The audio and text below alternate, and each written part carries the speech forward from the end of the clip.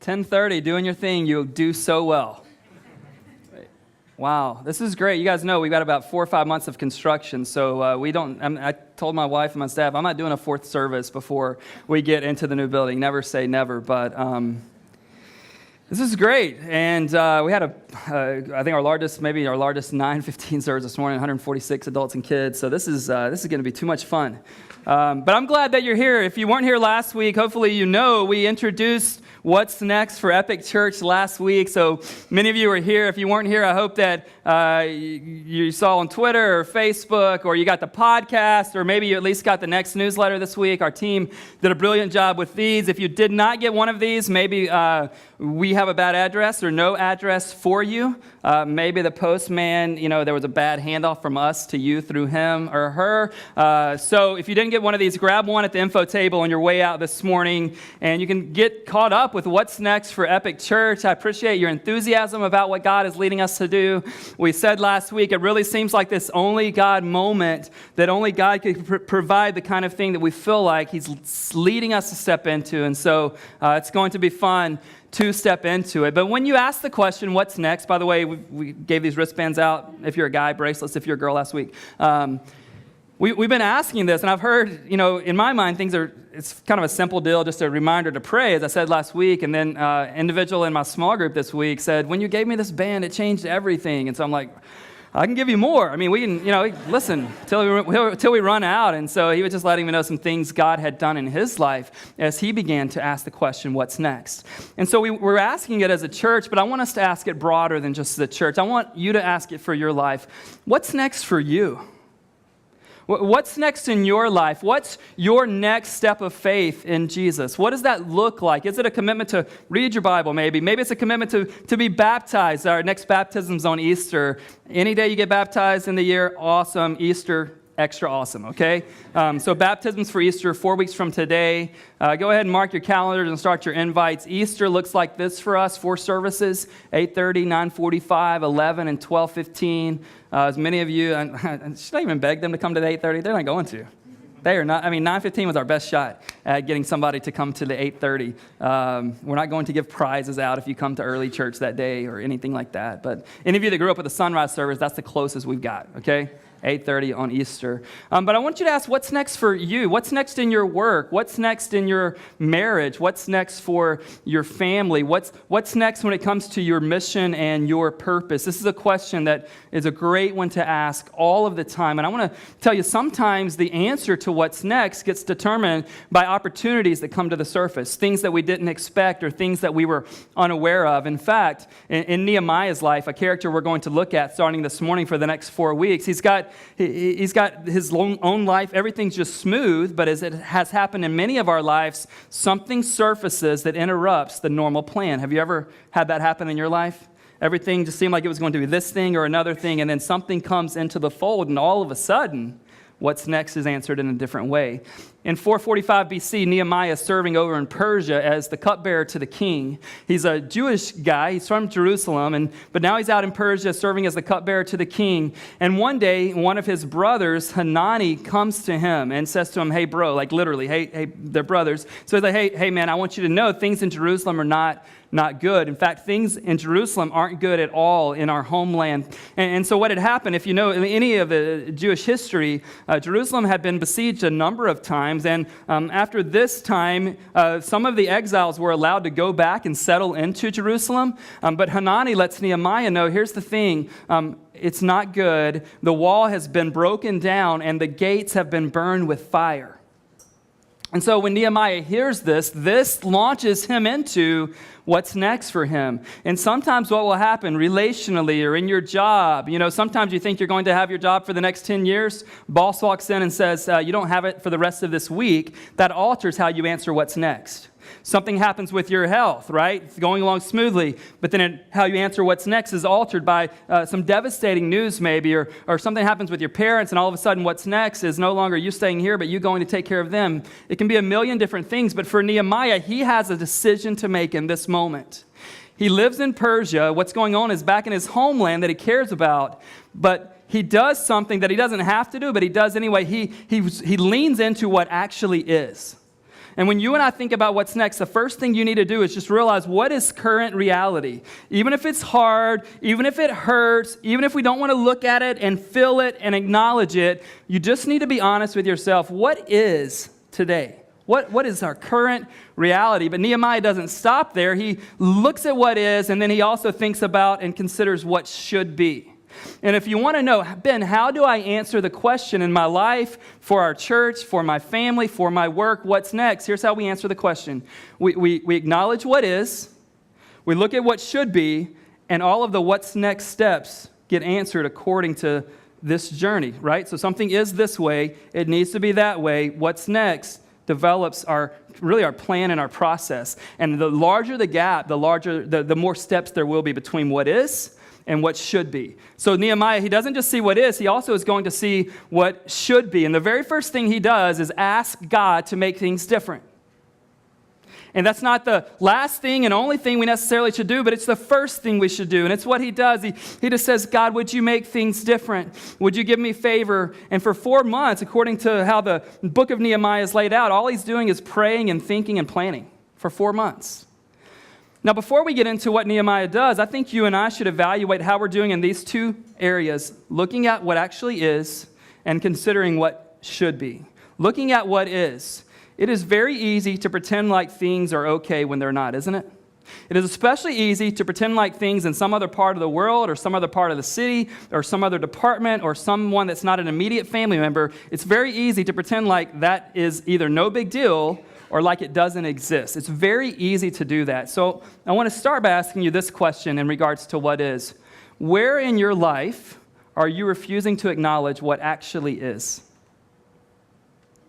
Where in your life are you refusing to acknowledge what actually is? Maybe it's in your marriage. You're telling yourself, in fact, you and your spouse even agree, at least we have a better marriage than the couple across the hall. Way to go.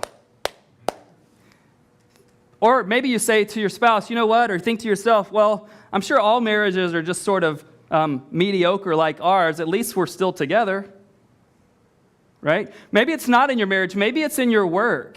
Where are you refusing to acknowledge in your work, in your company, and how you do your work, what actually is? Maybe you're refusing to acknowledge what is when it comes to your habits, your hang-ups, or your addictions. You keep telling yourself, I can beat this anytime I want to. Well, my question to you is, why haven't you? Maybe it's what actually is in our city. Maybe there's parts of the city we actually ignore because we don't have to live there. Maybe it is what is in our world. There's something in our world that just isn't the way that it should be. What is it for you? For Nehemiah, he could have pretended like everything was fine, or he could have pretended like, you know what, I hate it for my people, but he's in a good place now. He's got a good job. He doesn't have to be involved intrinsically in what's going on back in Jerusalem at all. But he's moved deeply by what's going on. And so he acknowledges what is. His heart is crushed. If you were to read, and go back and read chapter 1 of Nehemiah, his heart is crushed, but he doesn't give up there. Sometimes we see what is and we just give up, don't we? He sees what is. He thinks about what should be. It's a huge gulf between the two, but he's willing to get involved. And his first area of involvement is to ask God to be present and do something in his midst that can make things different. So we must acknowledge what is, but once you and I acknowledge what is, we can't stop there. We must move on to what should be. So we see what is, but then we move on to what should be. I did not say we need to look at all of the possibilities of what could be. Here's something you know, but let me remind you. There are over 1 million things you could do with your life. What should you do? There are over 1 million things we could do as a church. What should we do? Here's another question if you want to know how to answer this question. And I want everyone to really put their thinking cap on this morning and really lean into your own wiring, your giftedness, what God has allowed you to experience. Here's another way to answer that question. What is the thing, or what are the few things that you know if you don't lean into them with the rest of your life, you will be living out of alignment with how God intended you to live? I'm going to give some space there. You want me to move on so you don't have to think about it, but let me just give you some space right there.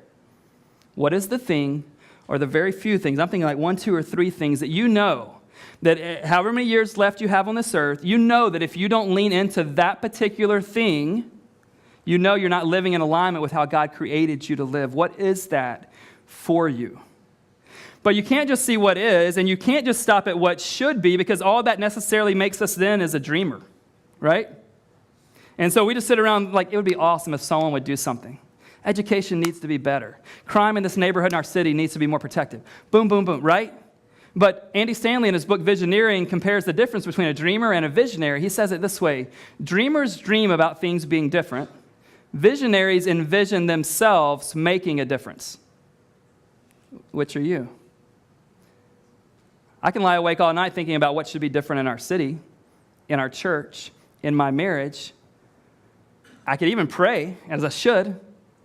But usually God asks us to act, even as we are asking him first to act. We ask for his involvement, and then he turns around and he asks us to get involved in what's going on.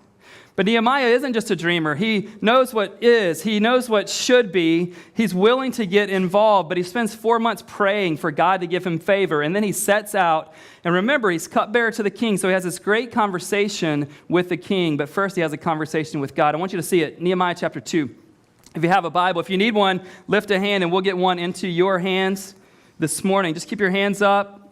In the Bibles we're passing out, we're on page 255 this morning. For the rest of us, Nehemiah chapter 2. Nehemiah is an Old Testament book. It sits between Ezra and Esther. Page 255 on the Bibles that we've just passed out. Would you all stand with me as we look at this together? And I just want you to be thinking, am I refusing to acknowledge what is? Have I moved on to considering what should be, but am I still stuck in the dreamer stage? Many of us say we have a passion for things being different. Most of us need to move beyond just having a passion, okay? We need to allow our passion to fuel us, to launch us into the thing that God wants us to do when we ask the question, what's next for our life? So here's what happens. After the 4 months Nehemiah has been praying and planning. In the month of Nisan, in the 20th year of King Artaxerxes, when wine was before him, Nehemiah is saying this, I took up the wine and gave it to the king. Now I had not been sad in his presence. And the king said to me, why is your face sad, seeing you are not sick? This is nothing but sadness of the heart. Then I was very much afraid. I said to the king, let the king live forever.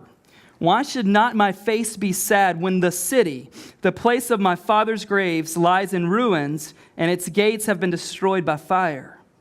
Then the king said to me, what are you requesting? So I prayed to the God of heaven. And I said to the king, if it pleases the king, and if your servant has found favor in your sight, that you send me to Judah, to the city of my father's graves, that I may rebuild it. And the king said to me, with the queen sitting beside him, how long will you be gone? And when will you return? So it pleased the king to send me when I had given him a time. And I said to the king, if it pleases the king, let letters be given me to the governors of the province beyond the river, that they may let me pass through until I come to Judah. And a letter to Asaph, the keeper of the king's forest, that he may give me timber to make beams for the gates of the fortress of the temple, and for the wall of the city, and for the house that I shall occupy.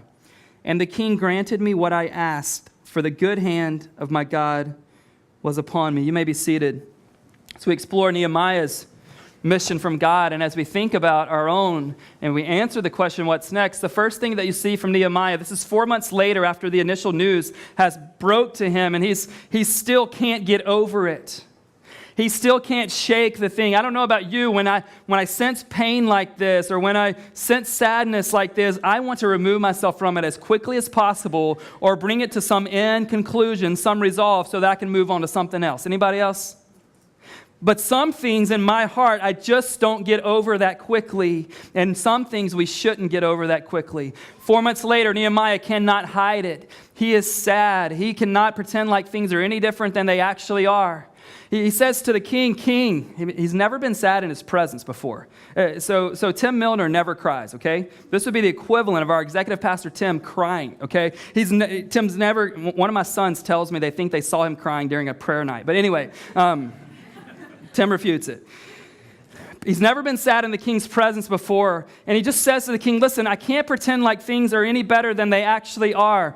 Why should I not be sad? My town, my city, my people, my homeland in Jerusalem, things are terrible there, and I won't pretend that they're any different. Where are you pretending that things are okay when deep inside your soul you know it's not okay? What are you lying to yourself about? In your own life that no one knows, in your relationships, in how you do your work? What excuses are you and I bringing to the table rather than acknowledging, wait a minute, something is not as it should be? And we tend to lean away from those moments because we don't want to feel the pain. Thankfully, Nehemiah gives us this great example of what it's like to lean into the situation that God breaks our hearts for. And so he's moved and he leans in and he's like, King, how could I not be sad? This thing is terrible. Of course I'm heartbroken. This thing is terrible. And then the king asks him this great question. It's the question we want our bosses to ask us. It's the question we want those in authority, organizations. For me, the country of India, I want them to ask me this question. The question is this: what do you want me to do? Right? What are you requesting? So I prayed to the God of heaven. It's a question we think we love, but many of us aren't prepared to answer this question. If your boss comes to you and asks you this question, what's your response? Have you thought about it?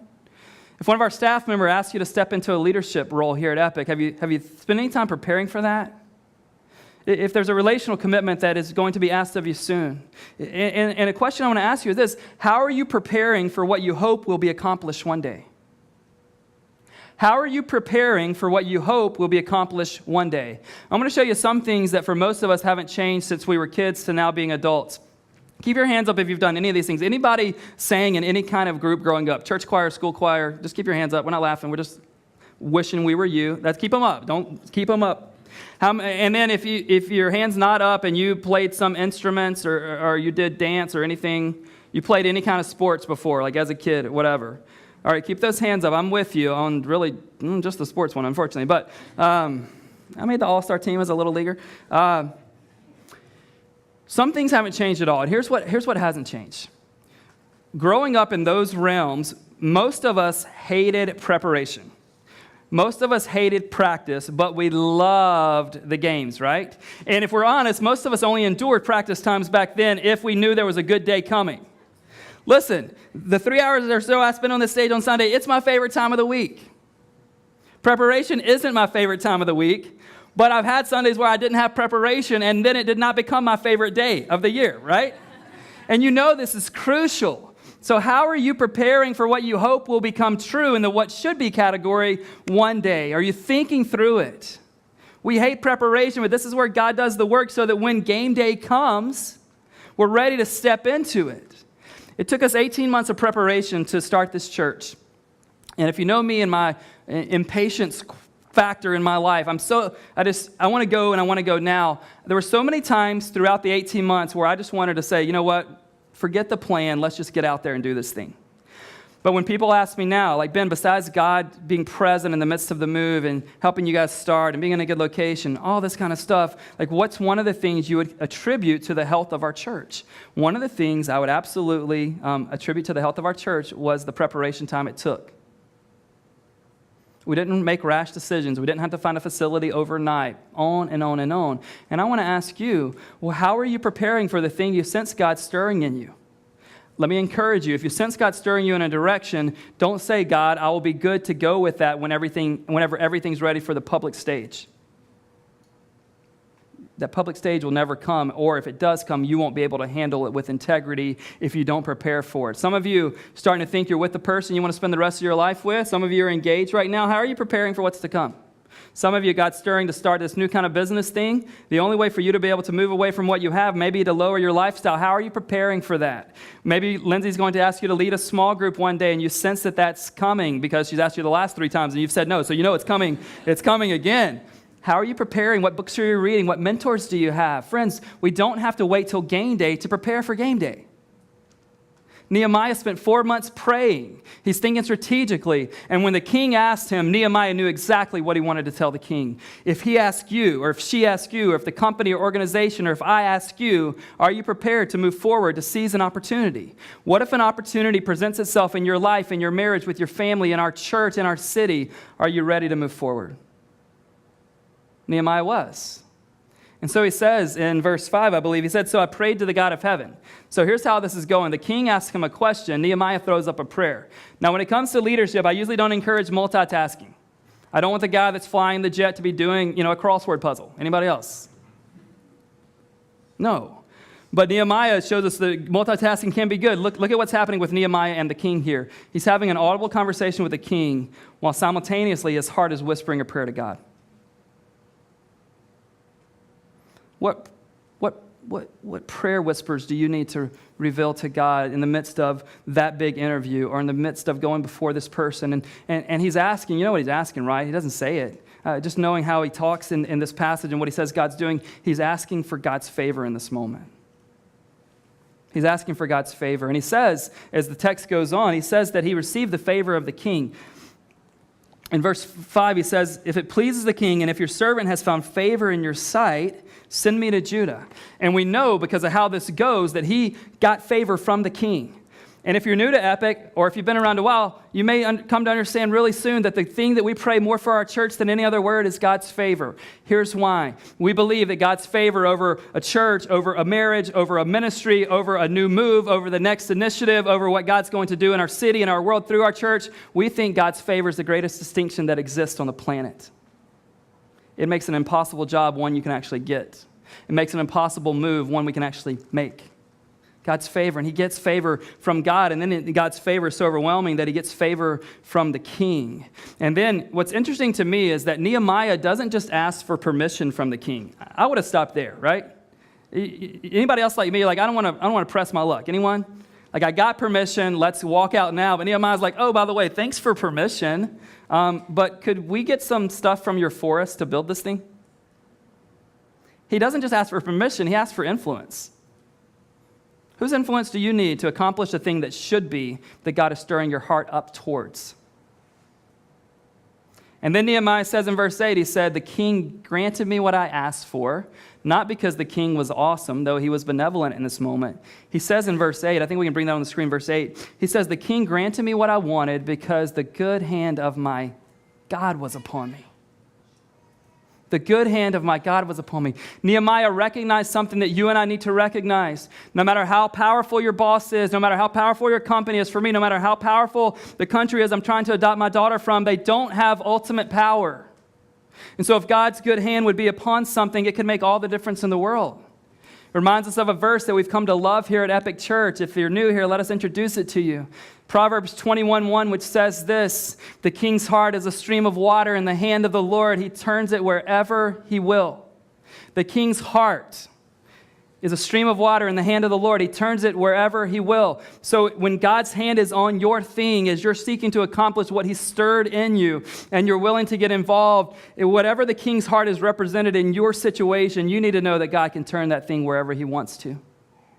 Space down the street that we've been talking about, we're talking about a lot to come. Just incredible how this thing showed up. I never thought, there were parts of me and parts of the situation where I thought we're going to have to leave Soma as a church. And I certainly never thought that we would get into a better location than we're getting to. I just okay, little faith band, whatever. That's just what I thought. And then it looks like we're going to get it, and all of a sudden we get a call that, hey, there's a gym that's actually going to get it. And I'm just assuming that God turned the heart of CrossFit wherever he wanted. Because we won. But God can do this. God can do this. He can get involved. He can make all the difference in the world. And God can use all of us. I mean, he says that God's hand was on him, and the king granted him whatever it was that he asked. Some of us, when we get into situations like this, we don't pray about it and we don't get involved. Because if you start praying about it, you can't pretend like it doesn't exist. And if you can pretend like it doesn't exist, you don't have to assume responsibility for it, do you? Some of us don't pray or get involved. Some of us only pray and refuse to get involved. Some of us refuse to pray and we only get involved. But what Nehemiah is showing us throughout his story is what we need to lean in as a church community and do. We need to pray and we need to be willing to get involved. Prayer plus involvement is what God's looking for in our lives. He wants us to move forward in what He's got for us.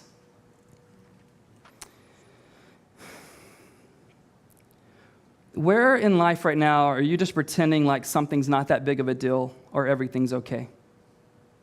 Where are you pretending that everything is okay? Is it in your private life?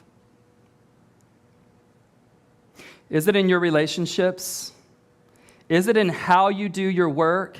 Is it in what's broken in our city? Is it the injustices of our world? Where are you, if you think about a mental image of you walking on a sidewalk, which we can do easily here in San Francisco, but just think in the kind of world in your mind, like thinking about issues and what you think your heart should be drawn towards. What in your world are you just walking by on the sidewalk and pretending like it doesn't exist?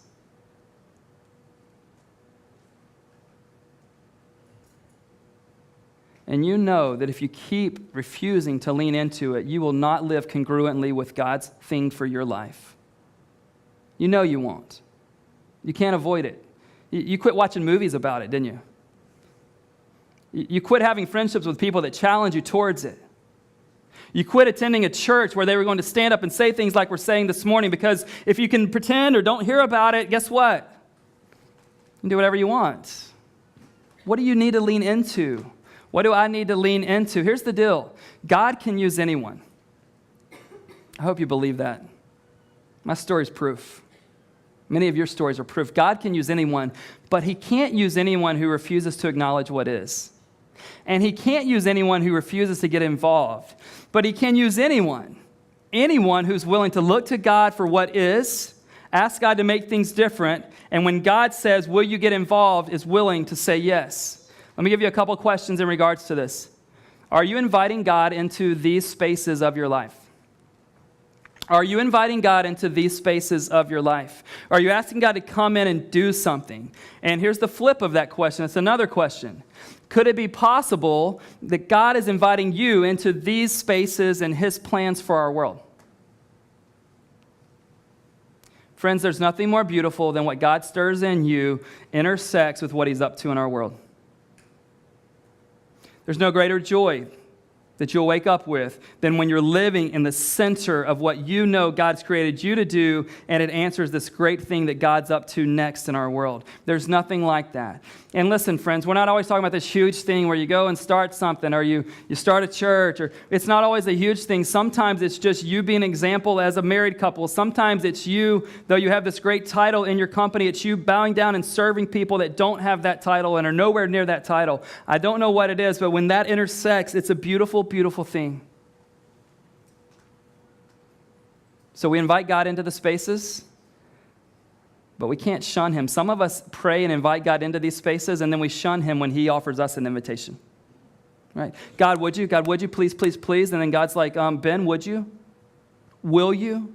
Will you go? Will you do? Will you sacrifice? Will you lean in? What's God asking you to do? I want you to invite Him into these spaces, but if He's asking you, when it was time to start a church, we asked God and we invited Him in to make this thing work. And then God invited some of us, 10 to 15 of us, to get up at 5:30 a.m. on Sundays to load in at the W. God gave us a space, but our involvement, now we had like you can't hold anything against anyone prior to 7 o'clock. Like if somebody yells at you, even if it's a pastor, it didn't really happen. It's kind of like it stays in Vegas thing. And then when we needed leaders in our church, God, would you help us build leaders? Would you bring leaders from other cities to move into San Francisco, be a part of our church? And then we realized our part was to say, hey, here's an opportunity to lead. Recently, God, would you give us a new space? And now God's given you and I an opportunity to be involved in that, isn't He? He's looking, I think, for maximum participation from our community. Don't make 20% of us hold the rope for you. If you're part of this community, this is an all-in moment. Watch this. During the summer of 2010, there were 17 of us that sat in my living room on those summer nights, imagining and praying towards what it would look like to start Epic Church in the heart of San Francisco. That vision became a reality in February 2011, and really our church has grown in all kinds of ways. There are over 300 adults involved in small groups right now. Over 50 kids attend our Epic Kids programming every single Sunday. Our average attendance has been over 400 people each week. Due to our growth rate, as well as the fact that our current lease at 543 Howard is up on August 31st this year, leads us to this question: what's next? And after much prayer and months of searching, we believe that God has led us to our new church home, which is located at 731 Market Street between 3rd and 4th. Our vision at Epic is to see an increasing number of people in San Francisco orient their entire lives around Jesus. And we believe this new space is going to allow us to do this in even greater ways. This new space will almost double our capacity for adults as well as children. This new space is going to allow us to make a long-term commitment to Soma, and it's going to allow us to be here for up to a decade right here in the heart of San Francisco. And so with that in mind, I want to tell you about the next initiative. The next initiative is how we are going to provide resources to cover the costs associated with moving into and renovating the space. On April 13th, I'm asking everyone in the Epic community to bring a one-time gift as well as a 3-year pledge about what you would be willing to give to the next initiative over and above your regular giving. I want to encourage you to pray about this and join me on April 13th as we bring our gifts as well as our commitments. What's next for you? What's next for Epic? What's next for the city of San Francisco?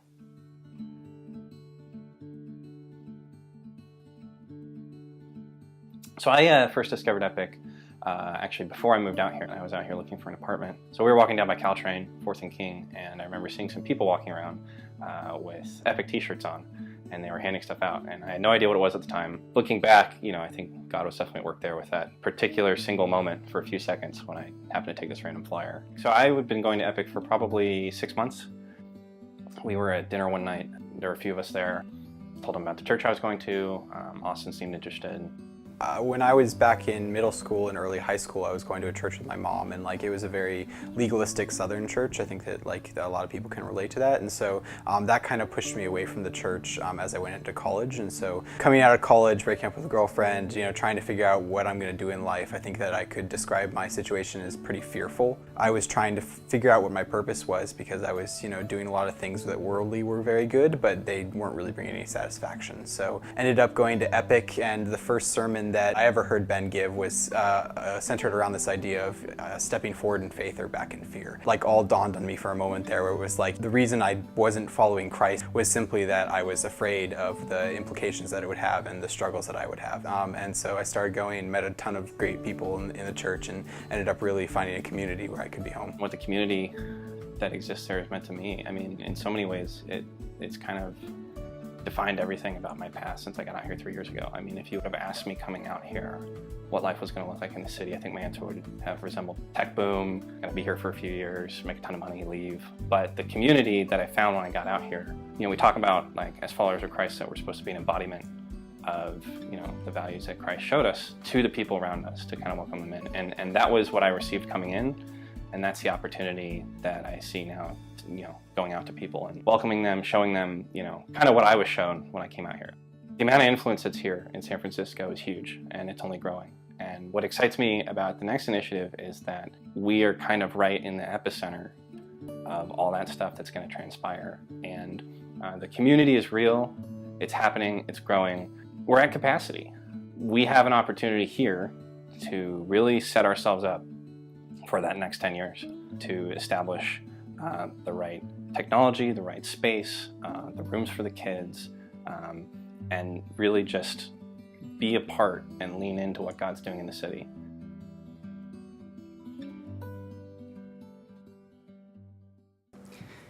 I'm asking you, if you're part of this church, let's step into this opportunity collectively. It's going to take all of us. Maximum participation if you're part of this church community. And I want to ask you, as your pastor, as your friend, as a guy who's leaning in for this initiative, just to say, lean in with me. But here's what I'm betting is true this morning. This isn't the only thing you and I need to lean into with our lives. What is God stirring in you that you need to start paying attention to or paying attention to again? Where are you refusing to acknowledge what is? And today, you just need to go, God, I pretend like that's not a big deal, but I know that you've created me to do something about it. And things should be over here, God, and they're not, so help me understand what's next. And remember, this isn't, you get one life. If somebody hasn't said that depressing reality to you lately. You get one life. Tons of things that could be. Few that should be. What should be? Do you know that Jesus' entire mission revolved around what was compared to what should be? Do you know the reason God sent him, as Paul says in Galatians 4:4, when the time was right, the Father sent the Son to redeem us. Jesus didn't come just to do something cool that we would write about for history purposes. He came because what was didn't match the heart of what God wanted to be. He didn't come to make himself okay with God. He came to make you and I good with God because that was on the Father's heart. And so Jesus answered what's next when he realized what is doesn't match what should be. So his what's next became the cross. And thankfully the resurrection. It's a pivotal time in our church, and you know that. And I'm just not talking about a building. God's doing something in our midst that I don't even know how to describe. The stories that we're hearing, what we're sensing, what's going on in the families of our church, the individuals who are deciding to stay and give themselves long-term to this city for the sake of Jesus. I don't know what all is going to happen, but I do know this. You don't want to miss it. And I don't mean the epic thing. I mean the Jesus thing. So whether you live here or elsewhere, lean into what he's got for you. Even if it hurts to feel what is. Don't live hopelessly because what is doesn't have to be what can be. And when God steps into it and he gets involved as you invite him in and you say yes to his invitation, all things become possible. Let's pray. Jesus, I thank you that you are stirring so much in our church, God. And yes, that includes the space. And yes, that includes the growth. But oh, God, it is not limited to a building and it is not limited to a number of people. Jesus, you're on the move. And I thank you that you led us here to be a part of this thing several years ago. I pray that the best is still yet to come. And God, for my friends in this room, Lord, I pray that you would bring some to faith in yourself. They've been putting that off. They've been pretending like faith doesn't even exist. And God, you've awoken their hearts this morning. I pray that they would lean into the reality that following Jesus is what is best, and they would orient their lives around you, Lord. And for the rest of us, Lord, I pray that we would lean into the thing that you've created us to think about, to do something about, God. And as we see what is and what should be, God, may we invite you into these spaces. And God, may we sense you inviting us to do our part. God, we are not in San Francisco on accident. We are not in this neighborhood by accident. We're not alive in 2014 by accident. So God, awaken us to what it is you want to do. And we respond to you now in Jesus' name. Amen. Let's stand. Let's respond of this reality.